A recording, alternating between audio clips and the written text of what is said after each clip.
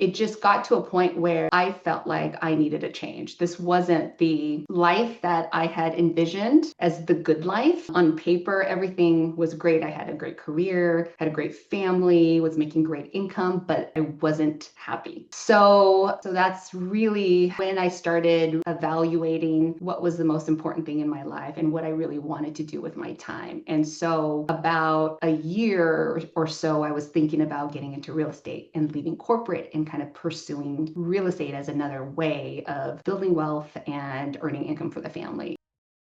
Hello, hello. Hello. Welcome. So, you Yes. guys, for those of you who don't know Ruby, she has so much to share today. You have no idea. It's going to start from corporate and then get into real estate and then get into her second stream of income. And then it's going to get into where she's going to go. And all of that is going to blow you away. It's an amazing, amazing story. So, we're really excited to share. Danny, do you want to start? Yeah, absolutely. So, Ruby, thank you so much for joining us today. I'm so excited. You already know this. So, tell us a little bit about who Ruby is. What did you Yeah. do before real estate? I would love to get to know who you are. Hi, everyone. I am Ruby, and I'm a former corporate finance professional. So I started my career about 20 plus years ago in a large public accounting firm. So I started at Ernst & Young in audit, and then over the years migrated into corporate finance. I chose to leave corporate about 2 years ago, and that's really when I started my real estate investing full time. And so today I'm a full time real estate investor and I live in Los Angeles, have a family, husband, two kids, boy and a girl. Tell me, what was your why for getting into real estate investing? I always love this question. Yes, there's a lot of whys. So I just kind of giving everyone a little bit of context about my former world in corporate finance. I used to work at a large entertainment studio, and this entertainment studio was looking to sell itself to another big company. As everyone has seen over the last few years, there's been a lot of huge conglomerates who have consolidated and have bought smaller businesses to create one larger entity. Mhm. And I was kind of part of that environment a few years ago. And so, working in corporate finance, I reported to the board of directors and a lot of our shareholders. So, there was a lot of intense pressure on us to sell our company and to prime up the company to be able to exit. Several years before I left corporate, I would say I was grinding away with insane hours. And I was at a point where, I would come home late every night, never really got to see my family, my kids, was kind of juggling this really intense career while balancing family life and at the same time supporting my husband's career. And my husband he has two careers actually. He is a police officer with LAPD. He's a sergeant, and then he is also a U.S. Army officer. So between those two careers, he is oftentimes away from the family on travel, and he is tasked to work weekends, holidays, and evenings. So the times where the family and my kids needed us the most were the times where he had to work, which then required me to be the main parent. And so coming from an environment where I was going 110% at work and then coming home in the evenings and on the weekends doing 110% supporting the family life, it just got to a point where I felt like I needed a change. This wasn't the life that I had envisioned as the good life. On paper, everything was great. I had a great career, had a great family, was making great income, but I wasn't happy. So that's really when I started evaluating what was the most important thing in my life and what I really wanted to do with my time. I think before we started talking, right, you talked about Mhm. midlife realignment. That's the word, that's the phrase you used. And it's so Yeah. interesting that you use that because it's becoming more and more evident to me as I talk to all of you and see your journeys. We kind of see it as a negative when we're in it, when we're in that W2 and when we're in that corporate grind. And we kind of see it as a negative that we put ourselves in that position. We feel helpless. We feel like, oh, on paper, everything looks right, but I'm not happy. That's what I love that you said that. But then it ends up being biggest catalyst for us to be able to do real estate, because if you had started in your early 20s, you wouldn't have been able to have the kind of success that you've had, right? You're wiser, more mature, being able to handle big ticket decisions. You have financial stability that you don't have early on. I agree. And I think it's having gone through that experience gave me the resilience and the strength to be able to tackle this new venture. Yeah. And I've, obviously in corporate, I've gained a lot of skills working with teams, creating, systems and processes and analyzing things, right? In my corporate finance world, I used to analyze a lot of deals for corporate. So I'm essentially using all those same skills today, but working towards something where I am building something for myself and my family, and ultimately for our kids, as opposed to for another, a corporate entity. Yes. And the other big thing for me was my kids are young, and I just knew that I was not in a position before to devote the amount of time and attention that they needed at that point in their lives. And time is such a valuable resource, as we all know. I didn't want to move past those years regretting that I never did enough to give them the time and attention that they needed. And so these are the most formative years of their lives. They're 8 and 10, and I feel like I only have a small window of time left in terms of number of years where they want mom and they want to be with us and they enjoy, when I'm around. So all of that really motivated me to make the shift when I did. And on that note, yes, tell us where you invest. Yeah. Tell us your portfolio size. We would love to hear all about it. Yeah, so I invest in Cincinnati, Ohio, and right now I have 8 properties. The total ARV is right over 2 million. Wow. And yeah, thanks to this program, really. Oh my There's God. no way I would have been able to accumulate that amount in such a short amount of time. So really a testament to this community and everything we learned from this program. Oh my So goodness. 2 million and equity of about 600,000.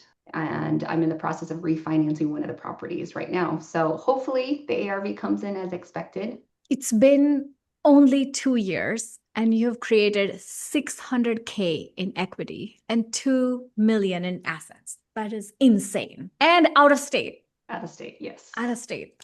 Yes. Oh my goodness. Did you ever think when you started that you'd be able to do this? No, I had no idea. I was of the mindset that I had to be physically close to wherever I was investing so that I can monitor it myself. I had a rental a long time ago. It was the first condo that we purchased when we bought our house today. We kept that condo and I was a landlord and I rented that out myself. And I remember thinking, there's no way I can do this out of state. I have to physically be close by to deal with maintenance requests, check in on the tenants, etc. But that's not, and I think starting this program, it really shifted our mindset, right? This is something that we learn.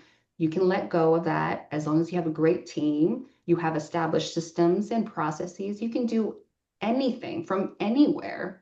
And so that's the great thing about being in this program. It's really taught me to think beyond what I thought was capable. Oh, that's so good. We don't think we can do it just because we don't know the steps. Exactly. Right. So if you were to give someone advice who has thought about doing this, but they are afraid of maybe out of state investing, of having rentals, or they don't have belief in themselves. I think there's 2. One is trust in yourself, because I think that's the biggest thing is you don't always think that you can do something, right? But all of us are educated, highly motivated, ambitious individuals. And we've proven that in our careers and in life and everything else that we're tackling. So why can't we channel that same kind of energy and excitement into real estate, right? So one is trust in yourself. You'll make it work. You'll figure it out. You can do this. And then number 2 is just do it. There's no other way of learning and experiencing it unless you do it yourself. So really, it's just taking action and to just jump in. So you structure your day specifically focusing on real estate. I would love to, do you have any tips that you could share with how you leverage your day to keep pushing forward with like taking action for your real estate portfolio? Yeah, so I schedule my calendar pretty religiously. So I have time blocks every single day. It starts at 8 a.m. and it ends at 3 p.m. because that's when I pick up the kids. So I only have a set number of hours during the school day to get things done. And now with real estate, with my new active business, and with my other commitments, so I also serve on my kids' school as a PTO president. And so there's a lot of school related activities that I'm responsible for planning. So there's a lot going on. So I'm pretty religious with scheduling out chunks on my calendar just so I can keep myself focused and aligned on what the priority is. And then I also have certain days of the week where I traditionally work on the same task. So I think Palak had shared this with us. Her Mondays are Money Mondays, right? And I love that, Money Monday. So on Monday morning, I have a block for an hour and a half where I just deal with bookkeeping and updating, receipts and tracking everything, finances, dealing with, any money matters on Mondays. And so I have a similar kind of structure for each day. So yeah, so I think just time blocking is the biggest thing. There's no magic secret. Money Mondays are my favorite Yeah. thing. And I've switched it around to like doing different things on Mondays, and I keep coming back to theming it Money Mondays because it really just sets the tone for the week. I love my Money Mondays. Yes. That's what I do on Mondays.